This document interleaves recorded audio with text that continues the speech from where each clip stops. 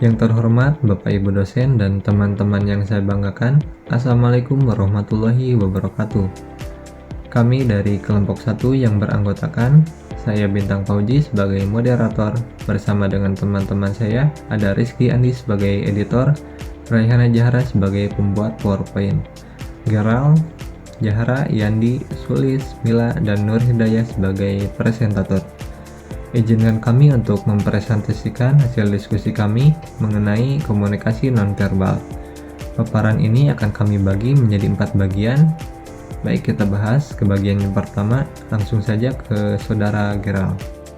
Assalamualaikum warahmatullahi wabarakatuh. Perkenalkan, nama saya Geral Musa dari kelas sore C dan dari kelompok 1. Di sini saya akan mempresentasikan apa itu pengertian dari komunikasi nonverbal. Pengertian komunikasi nonverbal adalah komunikasi yang penyampaian pesannya tidak dikemas dalam bentuk kata-kata. Nonverbal juga dapat diartikan sebagai tindakan manusia yang sengaja dikirimkan serta diinterpretasikan seperti tujuan pesannya, dan juga memiliki potensi umpan balik dari penerimanya.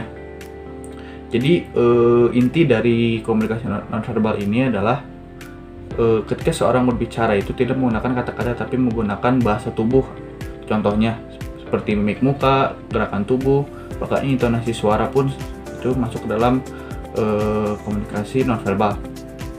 Mungkin itu saja yang dapat saya sampaikan. Selanjutnya akan dilanjutkan oleh rekan saya yang bernama Zahra. Baik, terima kasih. Di sini saya akan melanjutkan materi yang telah disampaikan oleh Geral. Materi yang akan saya sampaikan yaitu macam-macam jenis komunikasi nonverbal. Jenis komunikasi nonverbal dapat terbagi dalam beberapa jenis. Di antaranya, yang pertama ada pesan kinestik. Pesan kinestik merupakan pesan nonverbal yang ditunjukkan seseorang dengan isyarat tubuh atau gerakan badan. Contohnya, ketika kita sedang bertemu dengan teman kita yang jaraknya agak jauh, maka kita akan menyapanya dengan isyarat tubuh seperti melambaikan tangan. Lalu yang kedua, ada pesan proksemik. Pesan proksemik ini merupakan jenis pesan nonverbal yang berupa jarak seseorang dengan lawan bicaranya. Biasanya, kondisi tersebut ditentukan seberapa dekat atau seberapa akrab. Contohnya, ketika kita sedang berbicara dengan teman dekat kita, maka jarak berbicaranya akan semakin dekat.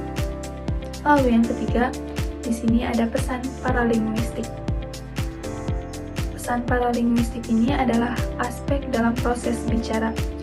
Aspek ini biasanya meliputi nada bicara, volume suara, dan ketinggian nada yang digunakan dalam proses pembicaraan. Contohnya seperti berpidato di depan umum atau penceramah. Sekian materi yang dapat saya sampaikan. Materi selanjutnya akan dilanjutkan oleh Yandi. Kepadanya dipersilahkan. Baik, terima kasih. Saya akan melanjutkan materi yang telah disampaikan oleh Zahra. Materi yang akan saya sampaikan adalah jenis-jenis pesan nonverbal.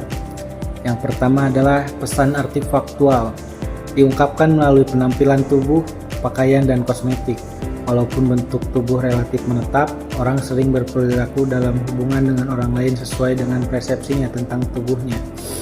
Erat kaitannya dengan tubuh ialah upaya membentuk citra tubuh dengan pakaian dan kosmetik.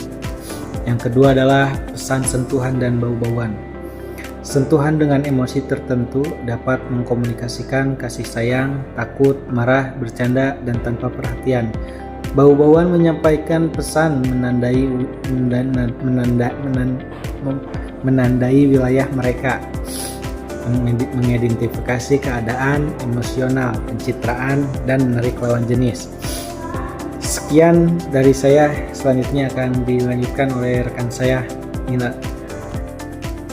Baik, di sini saya akan melanjutkan materi dari rekan saya Yandi. Pesan verbal non-kinestik. Istilah kinestik sendiri adalah gerakan tubuh meliputi kontak mata, ekspresi muka atau wajah, isyarat tubuh, dan sikap tubuh. Pesan facial menggunakan air muka untuk menyampaikan makna tertentu. Berbagai penelitian menunjukkan bahwa wajah dapat menyampaikan paling sedikit 10 kelompok makna, yaitu kebahagiaan, rasa terkejut, ketakutan, kemarahan, kesedihan, kemuakan, pengecaman, minat, ketakjuban, dan juga tekad. Pesan gestural menunjukkan gerakan sebagian anggota badan seperti mata, tangan untuk mengomunikasikan berbagai makna. Pesan postural Berkenaan dengan keseluruhan anggota badan, makna yang dapat disampaikan yaitu ada immediacy, ungkapan kesukaan dan ketidaksukaan terhadap individu lain. Power, mengungkapkan status yang tinggi pada diri komunikator. Responsiveness, yakni individu dapat bereaksi secara emosional pada lingkungan secara positif dan negatif. Untuk materi selanjutnya akan disampaikan oleh rekan saya Sulis. Baik, terima kasih. Di sini saya akan melanjutkan materi dari rekan saya Mila. Materi yang saya akan bahas di sini yaitu mengenai fungsi pesan nonverbal dalam komunikasi. Terdapat 5 fungsi pesan nonverbal dalam komunikasi. Nah, yang saya akan jelaskan ini ada 2 fungsi. Yang pertama, repetisi, dan yang kedua, substitusi. Yang dimaksud dengan repetisi yaitu mengulang kembali gagasan yang sudah disajikan secara verbal. Misalnya, setelah mengatakan penolakan saya menggelengkan kepala. Lalu, fungsi yang kedua ini yaitu substitusi.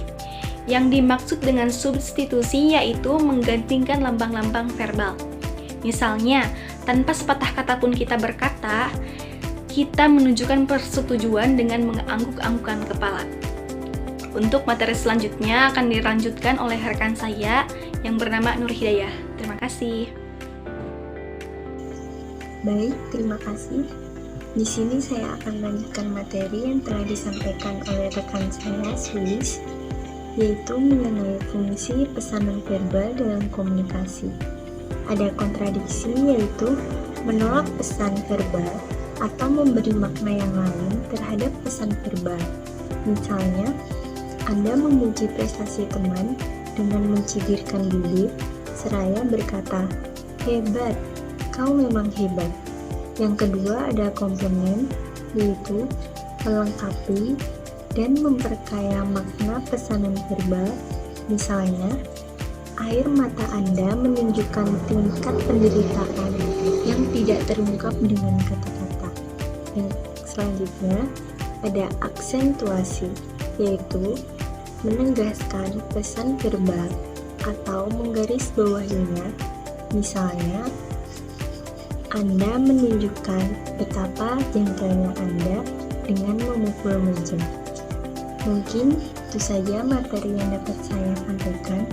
Selanjutnya, kembali ke moderator. Baik, terima kasih.